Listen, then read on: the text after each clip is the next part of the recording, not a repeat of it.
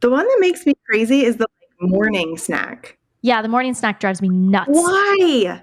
Like afternoon makes sense to me, right? Because between if you are eating lunch at noon and then you're not eating dinner until 6:30, that's a long time. Yeah.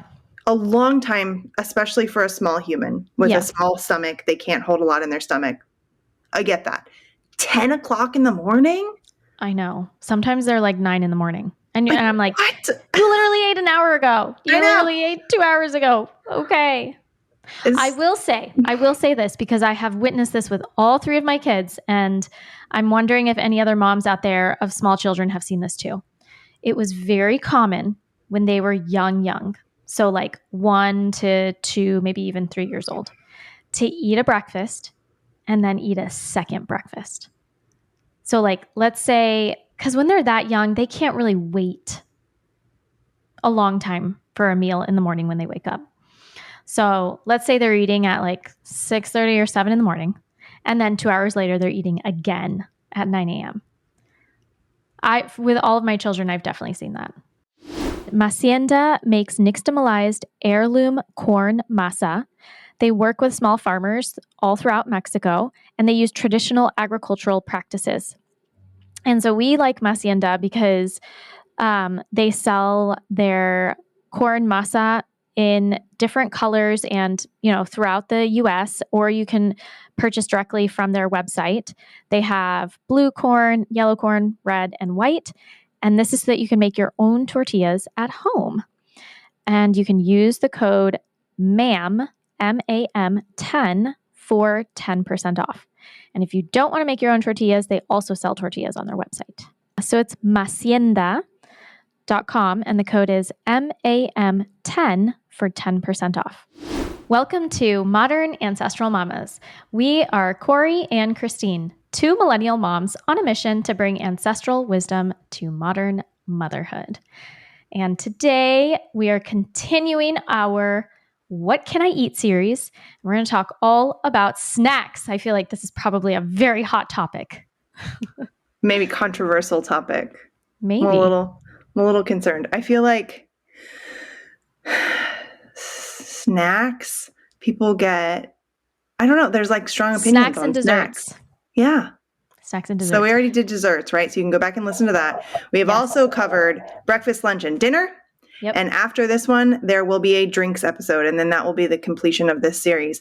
But you guys can go back and listen to all of those and kind of get ideas on what to feed your families with in those slots, food things.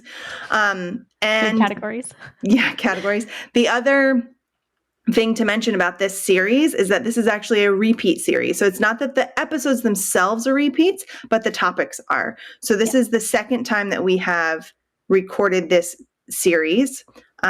They will be the same topics, but we will be saying different things. It's been 3 years since we recorded those other episodes. So there will be updates from us, changes of thinking maybe, or how we're doing things differently. All of that. So when we first recorded this, we both had babies. Yes, now, that's a really good point. Our babies are not babies, toddlers. And they're not even toddlers. They're small humans. Are babies not small humans? Babies are also small humans. Fine. That's a good point. They are growing children. Okay. Maybe this will be one of those comment in on this. What are the ages of toddlers? Because I'm pretty sure a toddler goes from like 1, 2, or like 18 months to like 5 years old, right?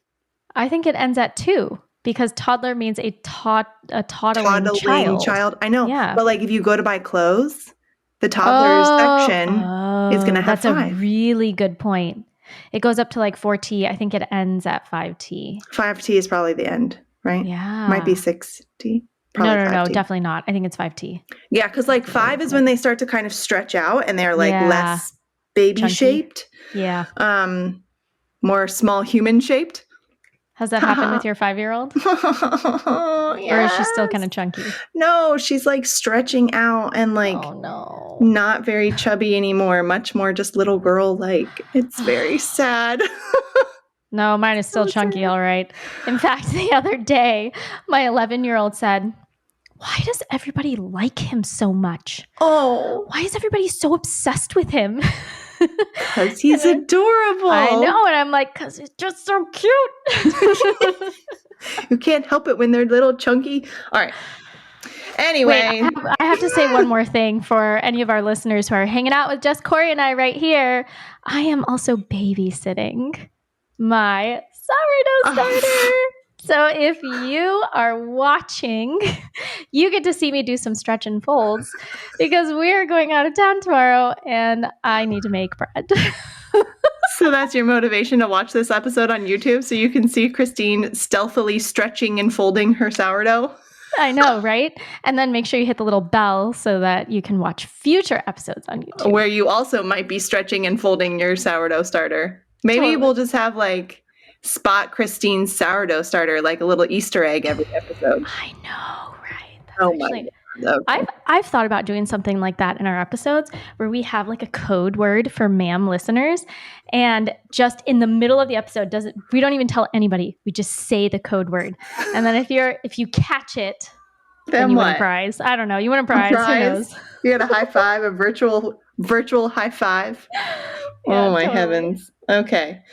All right. I want to start this out with this quote, and you're going to have to forgive me. It is kind of a long quote, but it's so good. Maybe I'll stop halfway through and you can take it the next halfway. How about that? Okay. All right. So this is from an article that I found in The Atlantic. And this is what it says. There was a time, if you can believe it, when a respectable person could not have a little treat whenever she wanted. This time was roughly from the dawn of the Republic to the middle of the 1880s. The American workday menu and social clock were oriented around meals, and eating between them was discouraged. If you were a child, snacking gave you cavities and spoiled your appetite. If you were an adult, it was kind of unseemly. Keep going, Corey. Okay. My fingers are covered in sourdough starter. Okay, I'm going to keep going with the quote. There were no elaborate treats after soccer practice or snack trays on strollers or tubes of yogurt. Energy bars were for athletes, not accountants. National parks did not have vending machines. Grocery stores did not have aisles and aisles of portable abundance. The phrase girl dinner and new flavor drop were totally nonsensical instead of just a bit nonsensical. Libraries, classrooms, cubicles, and theaters were generally where you read, learned, worked, and saw la boheme, but definitely did not eat. Oof.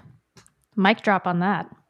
What do you think? Does it say 1980s? So it says from the beginning of the Republic to the dawn of 1980s. Yeah. It feels very Star Warsy. The beginning of the Republic. The Republic, meaning our country. I know. Yeah, I mean, it is crazy to think of. That's not a lot of time since the 1980s. Yeah, so from the 1980s until present, there has literally been like a snacking revolution. Yeah. That has just erupted. Yeah. And before that, it wasn't a thing. Yeah. Yeah, it's really interesting to go back and read some of these older books. And I mean, they're not that old, but let's talk Little House on the Prairie, Pollyanna, Secret Garden. I don't know. You could probably name like 50 more. All of these children's books, they don't talk about snacking in them. Mm-mm. They talk about really hearty meals. Mm-hmm. Yeah, very hearty meals. For sure. And they are outside, a lot of these, in the setting in a lot of these books, they're outside doing manual labor. But yeah, this idea of snacking is a relatively new phenomenon. Yeah, so that's a good point, right? Like, they're outside doing manual labor, meaning they're burning more calories than we are. And most they definitely are not eating as often. Yeah. Oh, yeah, for sure. So let's talk about that. Like, what? Go ahead. I think there's several reasons for that. The first is the food that they're eating is more filling and probably calorie dense for sure.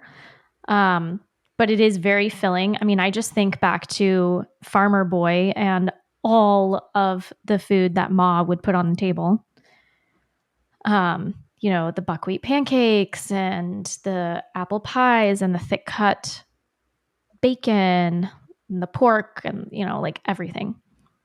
So food is more calorie dense, and I think also probably nutrient dense as well. And so it's filling. I think that's probably problem number one. So right? Yeah. But then like you think of sometimes there's these stories, and I can't think of a specific one, but I know I've read them where they're like, yeah, I took to school, I took like an apple, or I picked an apple off the tree on the way to school, and in my lunch pail was like a hunk of cheese and a hunk of bread. I mean, for sure, there's also those. I'm literally diving deep into the Dust Bowl, and all these people are eating are potatoes and bread. Well, yeah, I mean that's a different.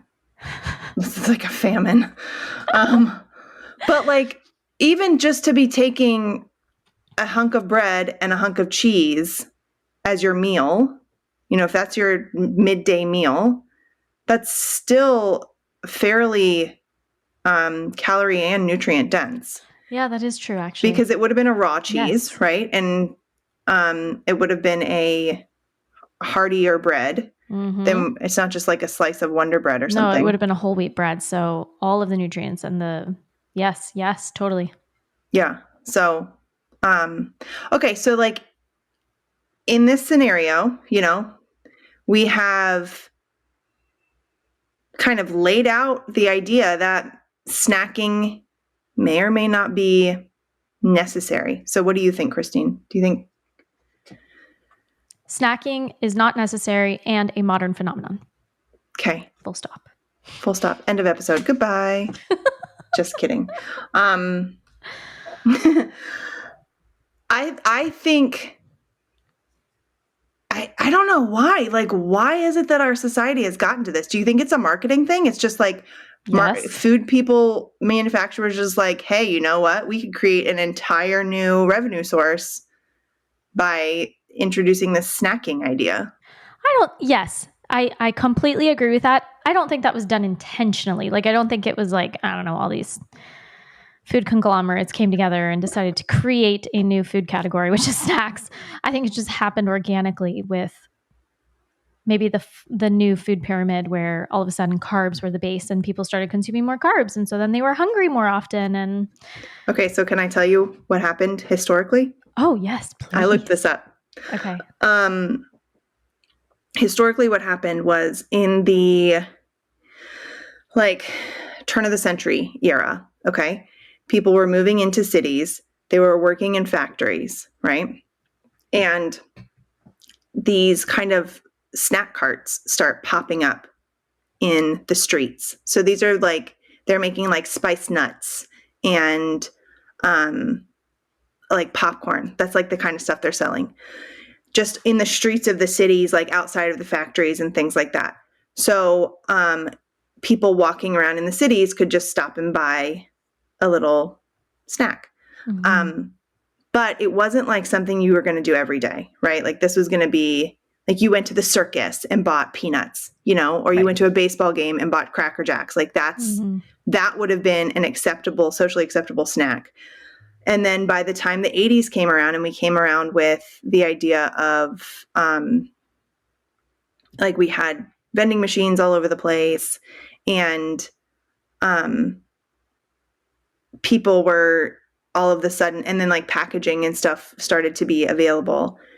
Manufacturers realized they could put things on the shelves that would last longer. So they could stock vending machines with packaged things that would last, 2 months or something before they had to restock it.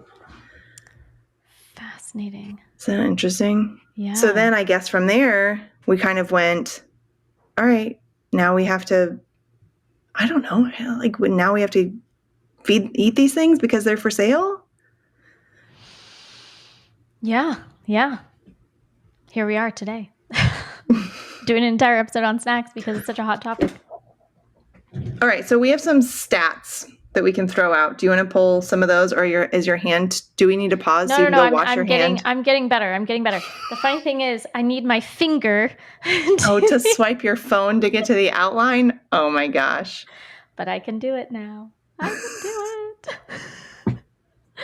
All right, let's read these stats. Okay, you ready, guys? So,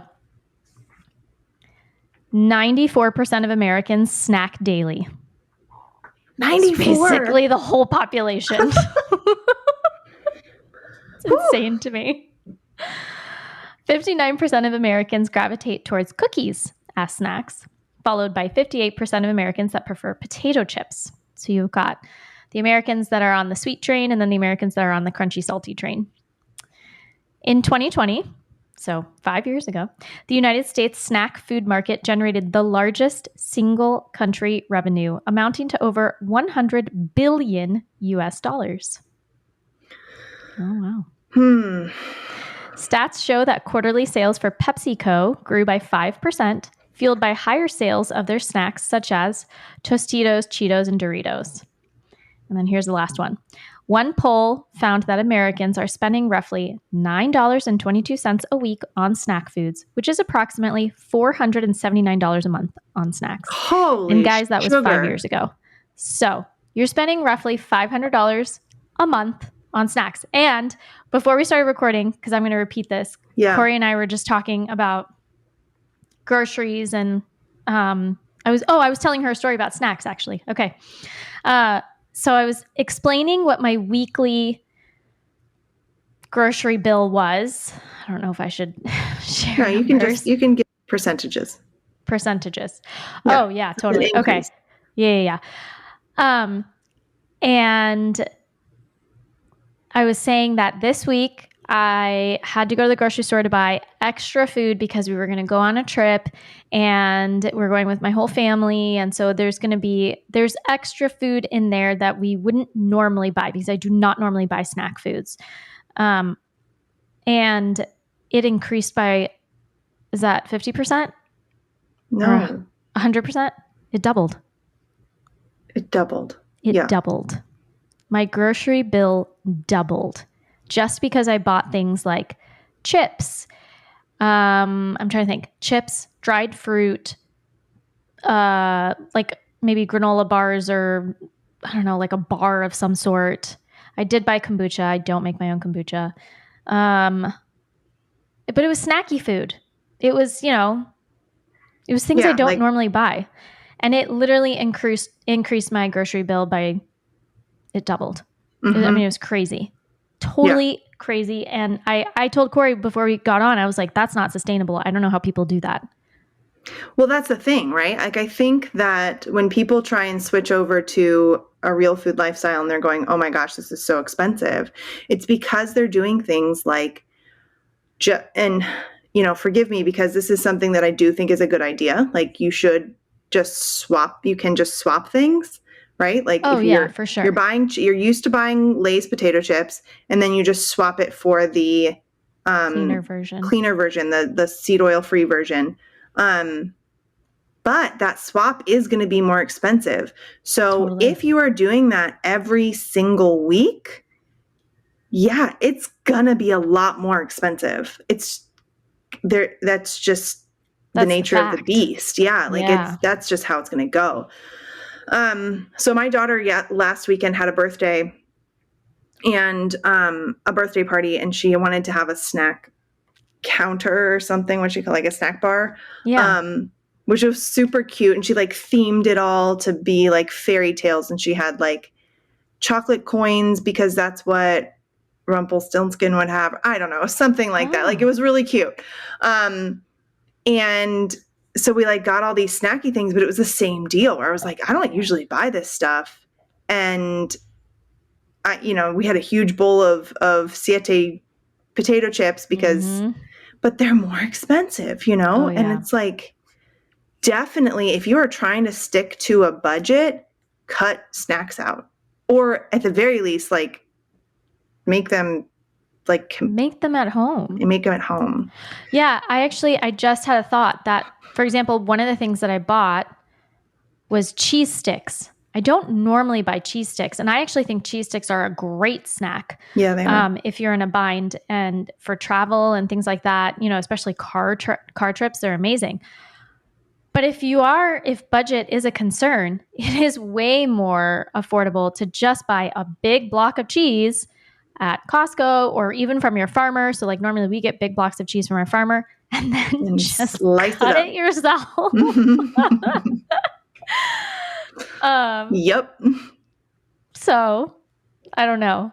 If budgeting is an issue, then I would say one of the things you could look at is just take a peek at your snacking habits and see, is there anything that you can cut down on or something that you could swap for at home? For example, like the cheese stick thing. Yeah. Crackers too, guys. Crackers are so expensive. And they're really easy to make. Yeah. Oh my gosh. Yes.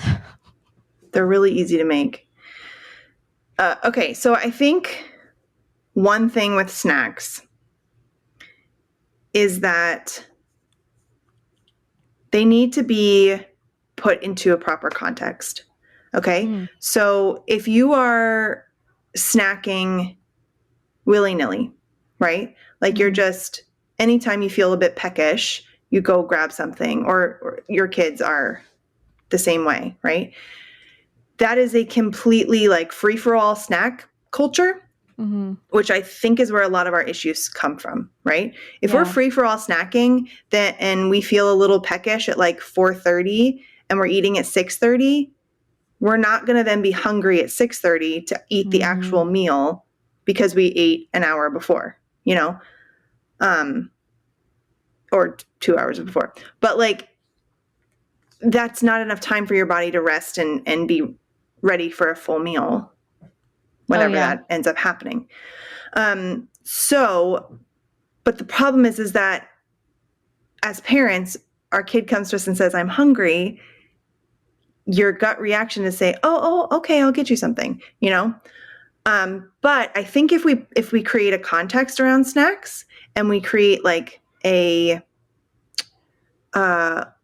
flow so that it's not just free for all, it's at 3:30 we will have a snack. Then we can kind of get it to be a part of the flow of our day and not be a surprise. Yeah. No, I totally see what you mean. And one of the biggest patterns that I see, specifically actually amongst clients that I work with, that are concerned about picky eating, is actually snacking right before dinner. I see this almost all the time, that there is a snack that happens around 4:30, like you say, and then they're eating maybe at 5:30 or 6. And the parent's complaint is, my child is not eating dinner. Right. And then after dinner, when dinner's over, they're saying they're hungry again. Right. And they're just like, oh, I don't know what to do. And this one is a fairly simple fix. It's just a matter of sticking with it, which is stretching that afternoon time as much as you can. And if it means you have to move dinner up, and guys, I have gone through seasons in life where, no joke, I have served dinner at 4:00 in the afternoon. And it sounds crazy, but sometimes when you have those younger kids, or even kids that are coming home from school and they're just starved after that, a 4:00 dinner, and it's a really hearty meal, believe it or not, can actually satiate them and keep them full until the next day. Okay, wait though. Definitely seen that. I need to know how this works. Are you not eating with your husband then? For me personally, no. We wouldn't eat. It would just be me. I would be the main caretaker at the table. It would be me with the kids. Okay. And every family is different. Sure. So some families don't want to do that. And I totally understand that. Yeah. So in that, if that was the case, I think in my house, what I would do is say, okay, you get home at 3:30, we're going to have a snack at 3:30. And then we will then eat, at 6:30 or something. But the snack is not going to be just like goldfish, right? Like we're going to have What I think is one of our problems in our society is that snacks are quick and easy and oftentimes packaged and not balanced, right? So if you look at a snack look at it as a mini meal rather than just something to put in your mouth. So you look at it as, I need to have this be a balanced mini meal, right? So we need to have protein, we need to have fat, we need to have carbs. All three of those things. And it needs to be in a small portion so that, it's not it's a meal, but it's like a small size meal.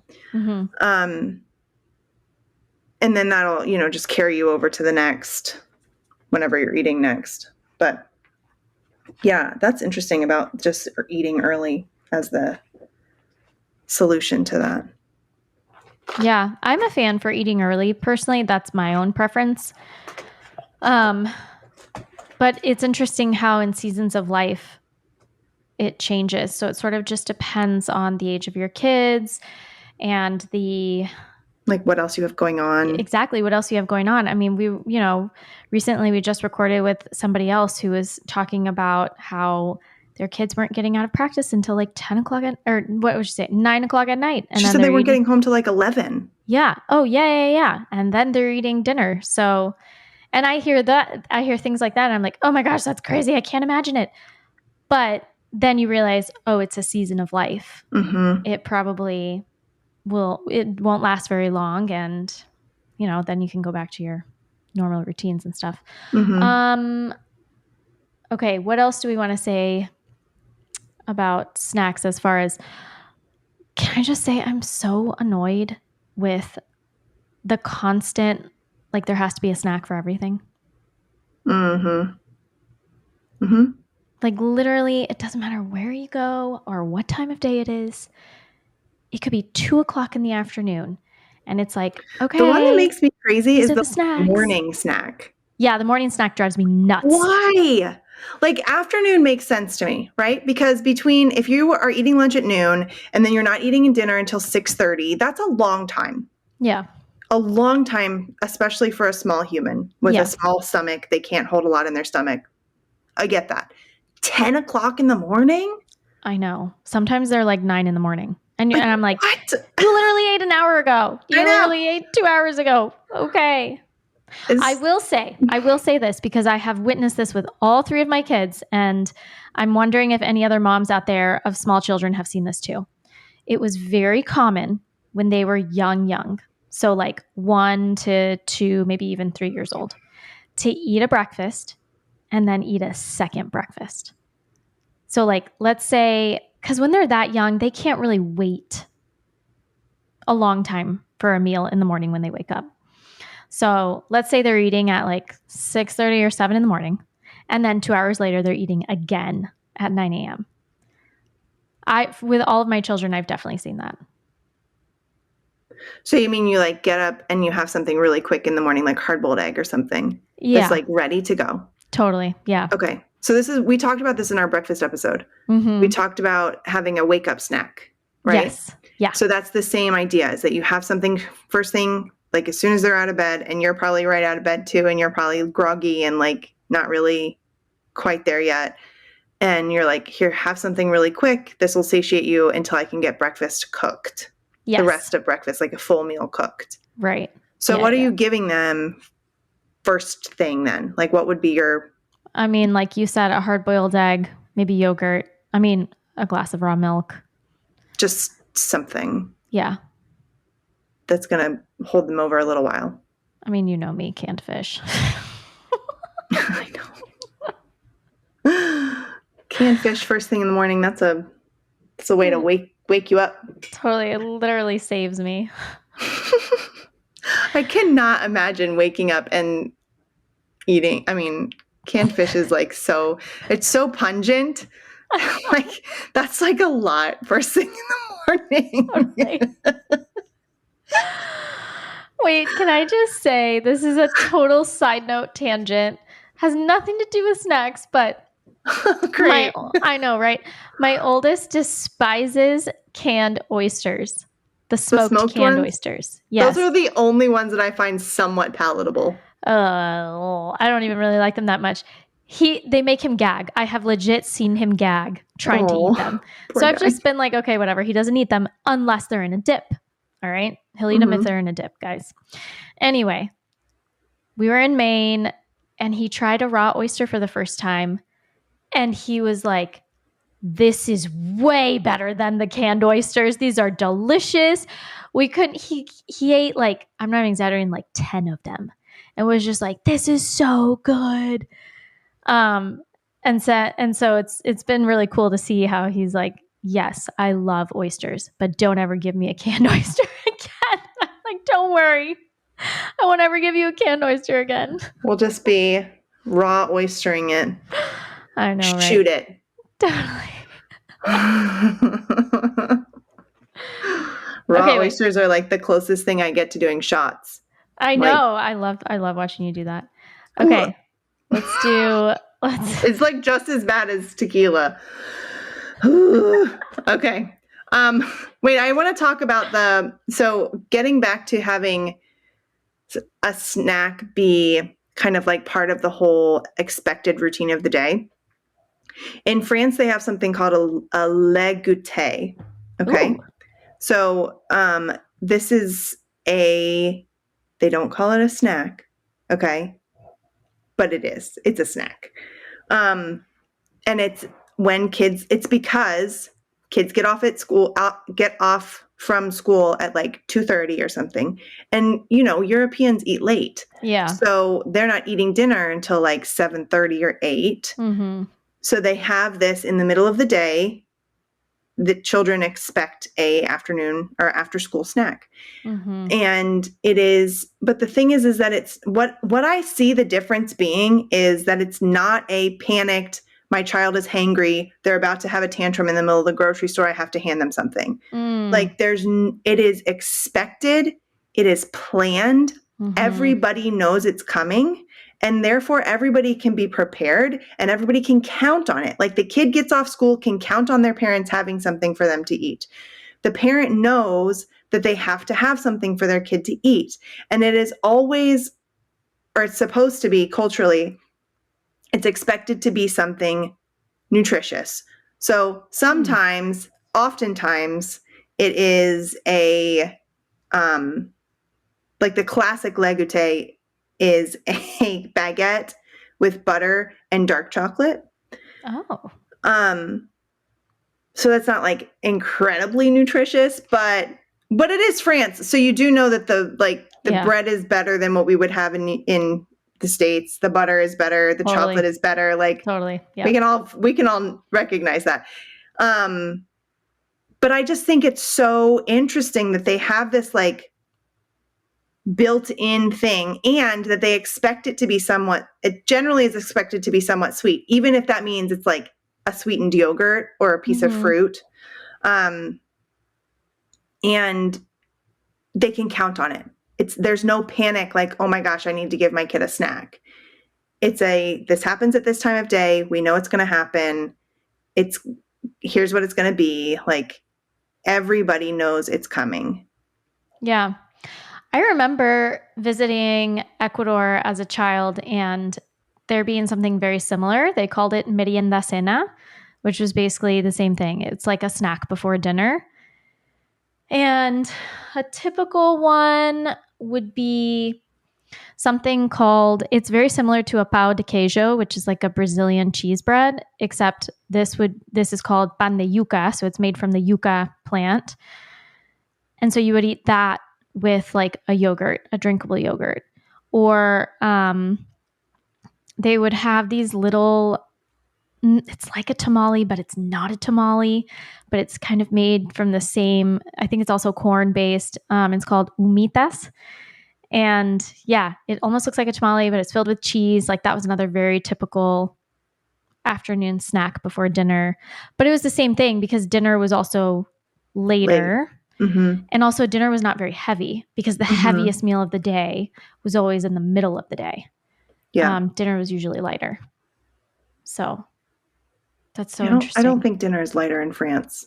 Like it's one of those like multi-course situations. Yeah. But you're sitting there forever. All right, our second code that we're going to share with you is from Seatopia. The code that they have given us is Ancestral Mama, and that's going to get you 10% off. They sell sushi grade and snap frozen fish. So it's frozen at the peak of freshness, and it's all clean, certified clean seafood that is mercury safe and microplastic tested. Check out their website, seatopia.com. Is that right? It's seatopiafish.com. Okay. Yeah.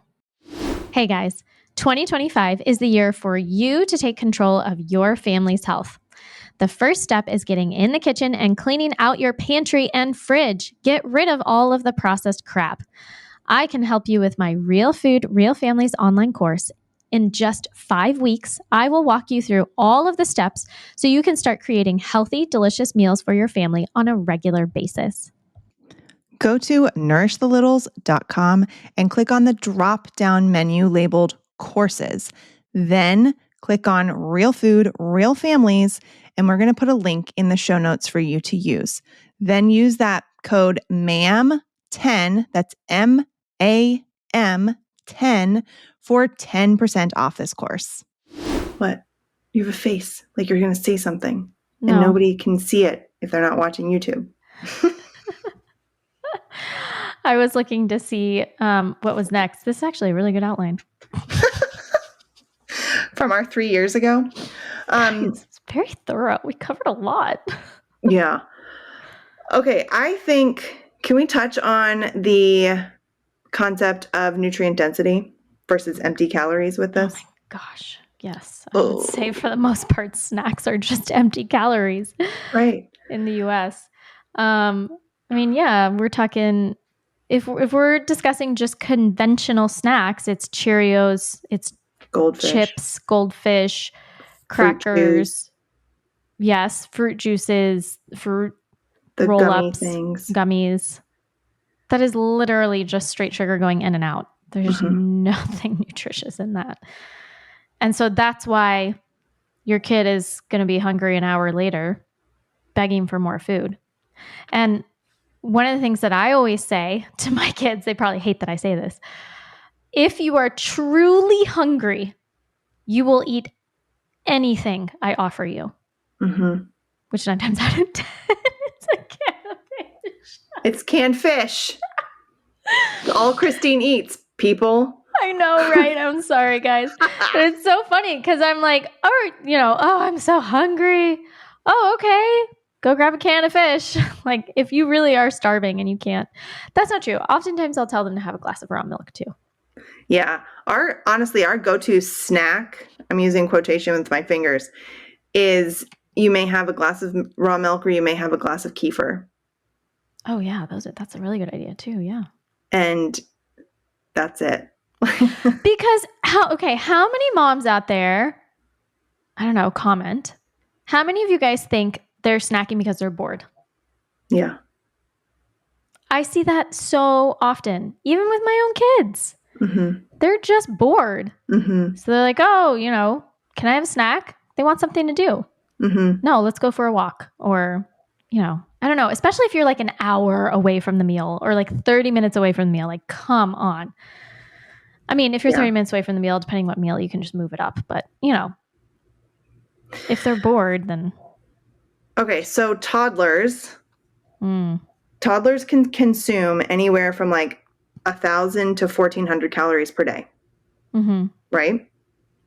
Teenagers, roughly 2,000 to 3,400, okay? So no matter what we are feeding our kids, no matter what the food is that's going into them, there's only so much that they can take in terms of calories, right? So the idea of nutrient density is that if you have that many calories, you should be using those calories to get foods into these children or into yourself that are really going to sustain you and fuel you and feed your cells and feed your brain, all those things, right? Yeah. So, I know I'm going to have to read this so I get the numbers right. All right, so we're going to compare goldfish and steak. I know this is an extreme, okay, but just goldfish and steak. Go with me. All right, so we have 100 grams of goldfish and 100 grams of steak, okay? Goldfish have 10 grams of protein. Steak has 26 grams of protein. Goldfish have 20 grams of fat, while steak has 15 grams of fat. And then goldfish has 63 grams of carbohydrates, while steak has 0. Now, here's the kicker, okay? We are talking grams here, but if you took your 100 grams of steak, you would be eating roughly a piece of steak like the size of your palm, all right? If you take, and that's 250 calories, okay? So if you took the same 100 grams of goldfish, you would need to eat approximately 2 cups of goldfish. Which is a lot. And you would be eating 466 calories. Oh, yeah. Whoa. So put that in terms of a toddler can eat roughly 1,000 calories in a day. And they're not even getting, the protein and fat that they really need. I was surprised to hear that goldfish had 20 grams of fat, but we all know that that's a seed oil. Well, they have cheese in them. True. I mean... The package says made with real cheese. Christine. I know, right? I don't know if I want to believe that or not. Do they have seed oils in them? I'm going to look it up. You talk. Yeah. I don't know. But basically what you're saying is 466 calories. I mean, that's almost half of their daily intake. Right. Just air. Essentially. And they would have to eat those 2 cups, which I don't really know. I mean, 2 cups sounds like a lot of goldfish. Yeah, it would be a lot. Yeah. 2 cups would be a lot. Do they have seed oils? They do. Yeah, they do. Canola. Yeah, what do they have? Sunflower. Sunflower oil? Canola and sunflower. Oh, okay. Nice. Delicious. I don't remember when's the last time I had a goldfish. Goldfish that is one of the things. So that quote that we read at the very beginning where it said that snacks were thought to be cavity causers before the 80s, that is something that is, I'm pretty sure it's been proven at this point, that it's not just the gummies, like we've always been told the things that are bad for our teeth is like anything that sticks to them, right? Like caramel or lollipops that you're sucking on. And it's like, in your saliva and all of that. But recently I've seen a lot of information coming out that goldfish are a huge problem for cavities because they stick to your teeth. Yeah. Yeah. They kind of do the same thing, I guess. And yeah, I think that this idea of constant snacking, like we've said before, Corey mentioned briefly, it's obviously not good for your teeth because you're not ever giving your mouth a break. And it's also not good for your digestion because you're not ever giving your digestion a break. You're basically overworking it constantly. And it is good for you to go several hours without eating to give your hormones a chance to release the necessary hormones to signal hunger. Right. Again. Yeah. Yeah, totally. Wow. Okay. I think so. I have a cookbook that I released a couple months ago called In Betweens, and it's all about snacking. Okay. A lot of the stuff that show us what it looks like. Yeah, for we the can hold it people up. that are actually watching. See? Oh, that's cute. I like the name. In Between. And it has a whole framework on how to overhaul your snacking culture in your family. Ooh. Okay. So I think we should go over this. I think it's four or five steps. Let me see. 4 steps. Okay. So, if you are feeling like snacks are taking over your life, if you're feeling like you just are always feeding your children and you are just stuck in that loop, here's what I suggest doing. Okay. So step one, observe and identify your snacking patterns. So before you change anything, observe what's going on in your house, right? Like become a scientist about it. Figure out when your kids are snacking the most. Don't stop them from snacking. Like literally just watch them for a couple of days and write down your observations. So is it like mid-morning, after school, before bed, that sort of thing? Are you doing another round of stretch and folds? Oh my God, this is so funny, people. Okay. So you're asking yourself, when are they snacking the most? What are they snacking? Or why are they snacking? Like, are they genuinely hungry? Are they bored? Is it a habit? Is it emotional? Like, are they, tantruming or whatever? What types of snacks are they gravitating towards? If they are offered a not favorite snack, like canned fish, will they eat it? And then are they skipping meals because of snacking? All right, so keep a journal, track times, types, reasons, all those things. Look for patterns, okay? Step 2. Do you have anything you want to say about step 1, Christine? No, I think it's great so far. Okay, step 2. Sorry, the goal of that first step of step 1 is to understand why the snacking is happening and to help you then make informed decisions moving forward instead of just like randomly eliminating things or like throwing things at the wall and seeing what sticks.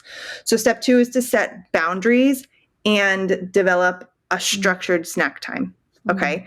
So decide when snacks are going to happen in your house. So when they are allowed and when they are not allowed. Right. And this needs to generally be like a time frame, at least when you're first starting out on this. So you can have, everybody can know.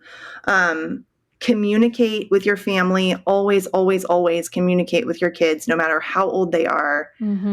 Yes. Tell them what's happening, why you're doing this.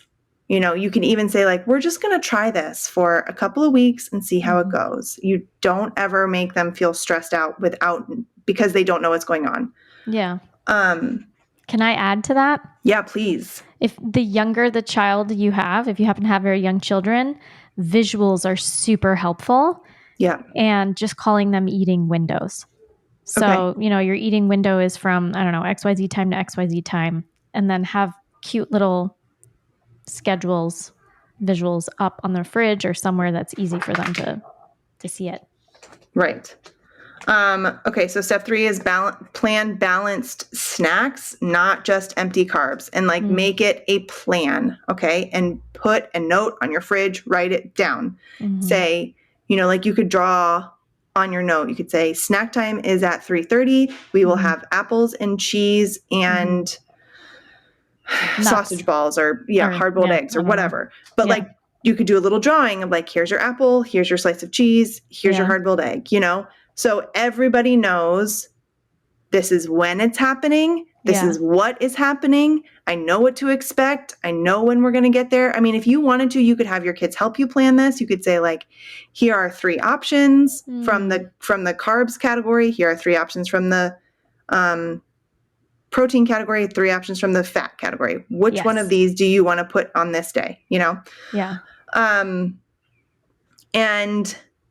then step 4 is to model, and stay consistent. Because our kids do what they see us doing, not what they hear us saying. So if we are constantly snacking, or if we are coming into the kitchen to start making dinner, but first we grab, a cheese stick from the fridge to eat ourselves, that's not showing our kids that's not modeling well for our children. Yeah. All right. I love that plan, Corey. Thanks. That's great. Yeah. All of it is really great because a lot of it aligns with what we talk about, which is the division of responsibility from Ellen Sater. So we're in charge of the food and we provide it. And the most important thing of that is we decide when we eat. And we've talked about this before on previous episode with Deborah McNamara, actually, but the time and having consistent meal times is very calming for children. Right. So this idea of the eating window and, like a visual or a schedule that you talk about with your kids and you plan out with them really helps them just relax and know, okay, it's okay. There's going to be another mealtime soon. And I helped pick out that snack, or I helped pick out, whatever.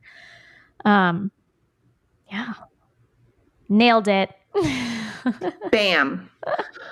All right. Should we talk about what we feed our kids for snacks? Or I don't know. What do you think? Yeah. So the last time we did this, we had a printable that we still have available.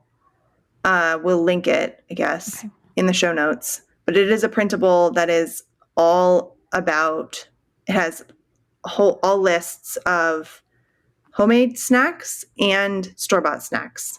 Mm-hmm. And then the cookbook that I just held up to show you guys also has a very, very similar list in it, which I'll show you. It's called Mix and Match Macros. I'm like so on top of my alliterations. I know. But it's got a list of like proteins and fats and carbs, and then you just pick one from each category and make up a snack with it. And then it's got a bunch of recipes in it too. So both of those things are available. The snack list, the MAM snack list is a free download. You can download it wherever it is. We'll have to put the link up. And then it'll be in the show notes. Mini cookbook you can buy it. I think it's like $14 on my website for automatic download of that too. So this is not an entire episode about buying my cookbook, even though it seems like it is. I'm sure it's a very valuable resource. So still recommend it. So, all right. What else do we have to say about snacks? I feel like this is a short episode, short and sweet, except not sweet, short and savory. No, that was dumb. Never mind, everybody. Oh, man. Snacks at school or church or sports events. God, I feel like we've talked about that so much recently. I know. Yeah. How we're both like so annoyed about the whole thing, about snacks being everywhere and offered constantly and them always being donuts or something stupid. I know. Yeah. I'm feeling a little salty today. I know, right? Okay, well, what about just like, what are some things that you offer in your own home for snacks? And I'll say a few of mine. You say it first. Okay, canned fine. Fish. I know, obviously canned fish. Meat sticks. Meat sticks are huge in my home. And I personally love Paleo Valley. Man, I would love for them to sponsor us. Hey, Paleo Valley, sponsor our show. I know. Gosh, I want that so badly. So if anybody has contacts, just throwing it out there. But another really good meat stick company, which we have talked about in the past, is Whole Sticks. Oh, I love them. Yes, their meat sticks have organ meats in them. And my don't kids, taste weird. Yeah, they don't taste weird. My kids said they tasted like pepperoni and they really liked them. I need to order some. We have a Whole Sticks code. What's our code? Shoot. It'll be in the show notes. Okay. I don't know it off the top of my head.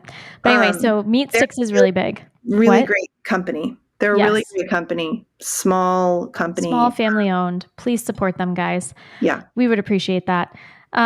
Okay, so meat sticks, raw cheese, a glass of raw milk, with egg yolk.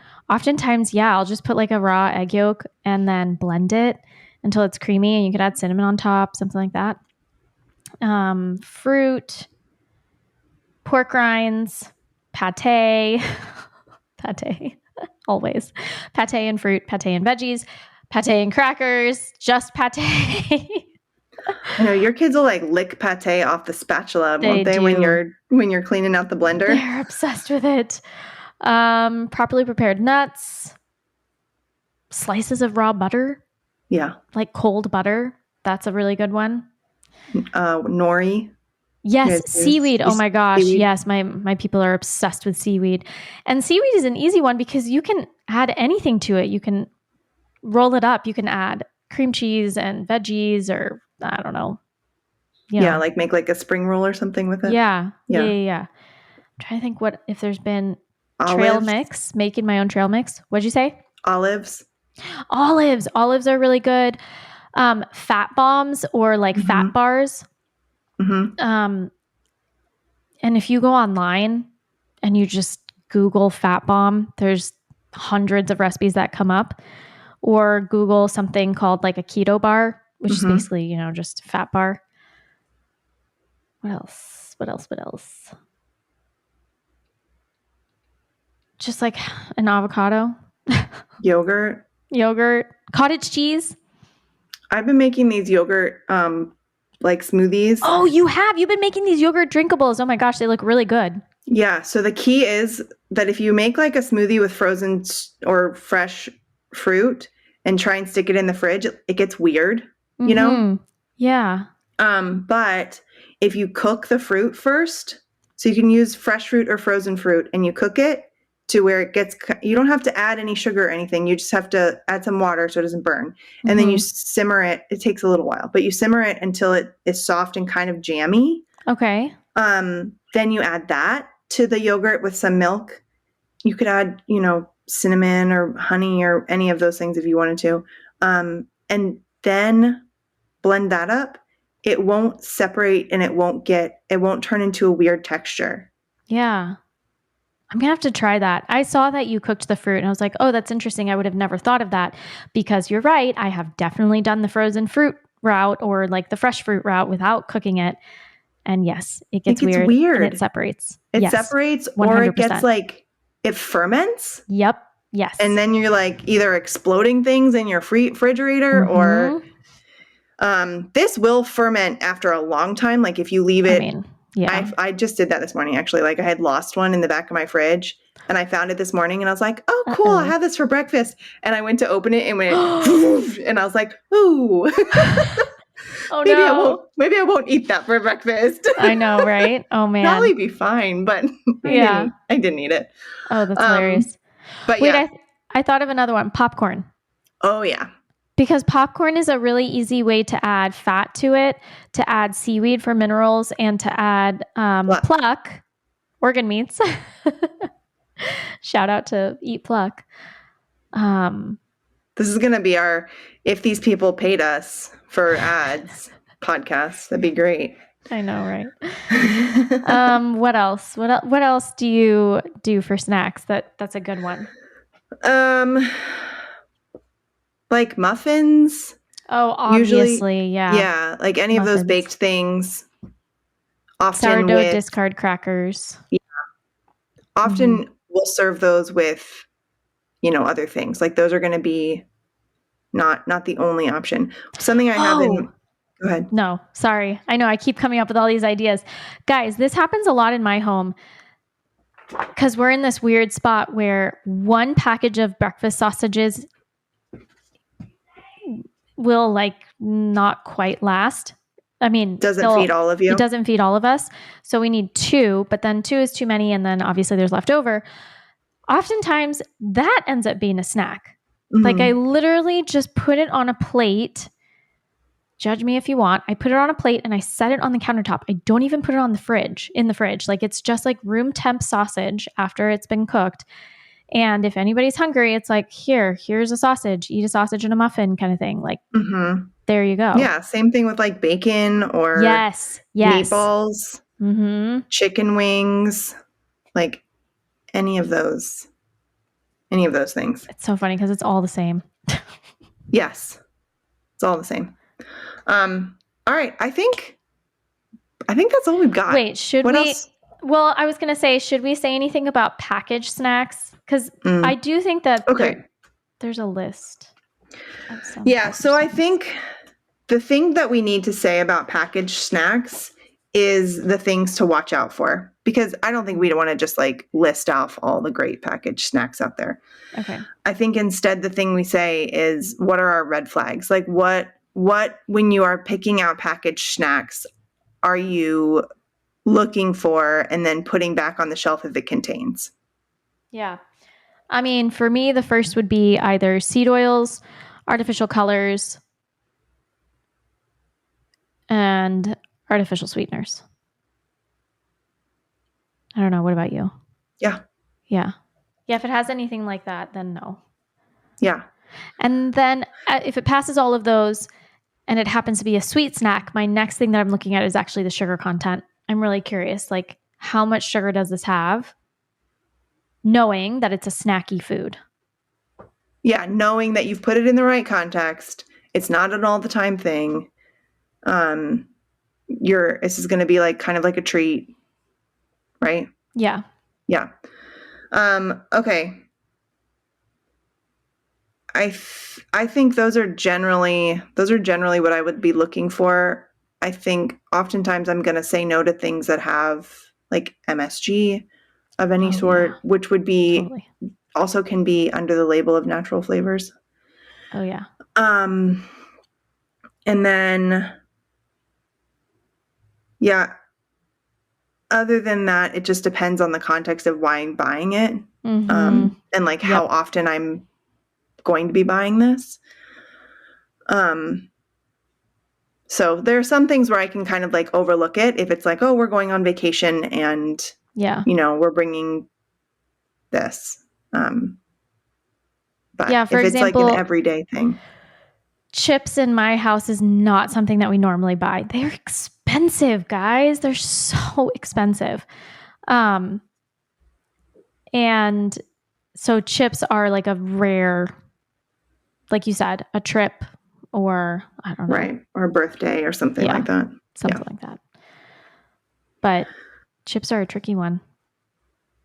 Because the cleaner you go, the more expensive they are. No, that's totally true.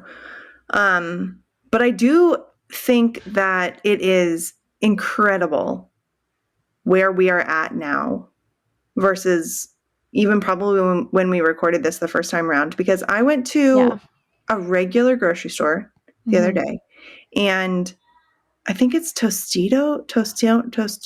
Is that the brand of the? I mean, that's PepsiCo. That's under PepsiCo. Yeah. Wow. What about them? They have a organic corn tortilla chip cooked in avocado oil. Wow. Yeah. That's so crazy. Yes, it is still, but PepsiCo's who bought Siete.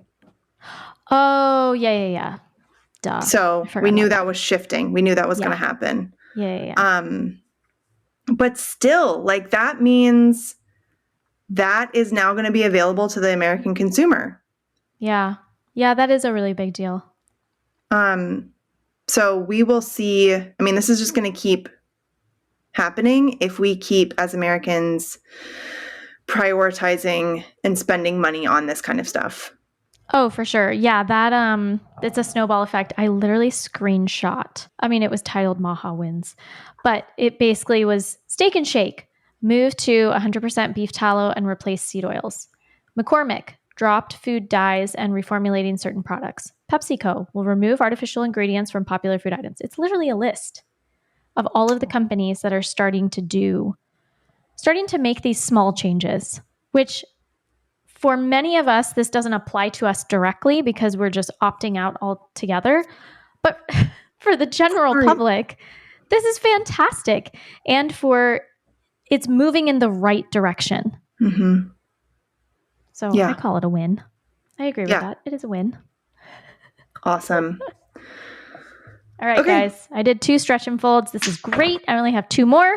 I think I got the bug. You wanted to read, as we close out this episode, some comments? Yes. Okay. Guys. Thank you so much for everybody who is writing these. Like, this is you guys don't even know how geeked out Christine and I get over this. Like, we send screenshots to each other like, look, this is so great. Like, thank you so much. It really is big to us. It's really sweet. Okay. I'm going to read one. I'll read 2. Okay. This is me553786. Thank you. It says, love this podcast. I am so glad I found this podcast. I'm new to the idea of an ancestral diet, and this is the only podcast I found that doesn't leave me overwhelmed by all the changes I still need to make. Instead, I'm left with a few good takeaways and a much better understanding of whatever topic was discussed. Thank you, Corey and Christine. This is the podcast I've been looking for. Okay. I'm gonna cry now. That was really great. Oh my gosh. Thank you. Gosh, that's just like, I know. that's nice because that's like what we're aiming for. So thank you. Thank you for telling us that we're getting there, I guess. I know. This one's short and sweet, and it's about the series that we're doing. It's from Gray 2188, and she says, "Love this show. So glad you're hitting the breakfast and snack meals again. Keep going." Oh, so there you cool. go, guys. There we There's go. more of them. They're coming. Don't worry. All right, everybody, that is it for this episode. Let us know what you think of snack culture in the United States, Yeah. or outside the United States if you happen to have knowledge and experience of that. And let us know what you think of the show in general. We would love to hear from you. You can leave comments on the YouTube videos where we will try and get to responding to those comments. You can leave reviews on Apple and Spotify. I think you can also ask questions or comment directly on an episode in Spotify. You can leave star ratings on Apple. You can do thumbs up on YouTube. Like, there's all sorts of things you can do to support the show. And I know that sounds like it's not a lot, but it is more than just Christine and I geeking out over it. Like, if you leave reviews and ratings and stuff like that, comments, thumbs up, all those things, it really, really helps the show to grow. It is literally a free way for you to support our show. So if you like what you're doing, what we're doing, that does so much for us to help grow the show without you having to, monetarily support anything. The other way that you can support the show is to use our codes, use our links. Use our affiliate codes, please. Please use the affiliate codes and the links that we have that hook up with our different sponsors. That is also incredibly helpful. Please don't forget to use those. Mm-hmm. And share the show with whoever you feel like would benefit from it. Share it on your Instagram, share it on your Facebook, share it on do you share things on TikTok? I have no idea. I don't have TikTok. I don't either. Text it to your mom, like your grandma, whatever. All right. That is it. You can follow Christine at Nourish the Littles. You can follow me at For Nutrient Sake. You can follow the show at Modern Ancestral Mamas. And that's it. I love you. Goodbye.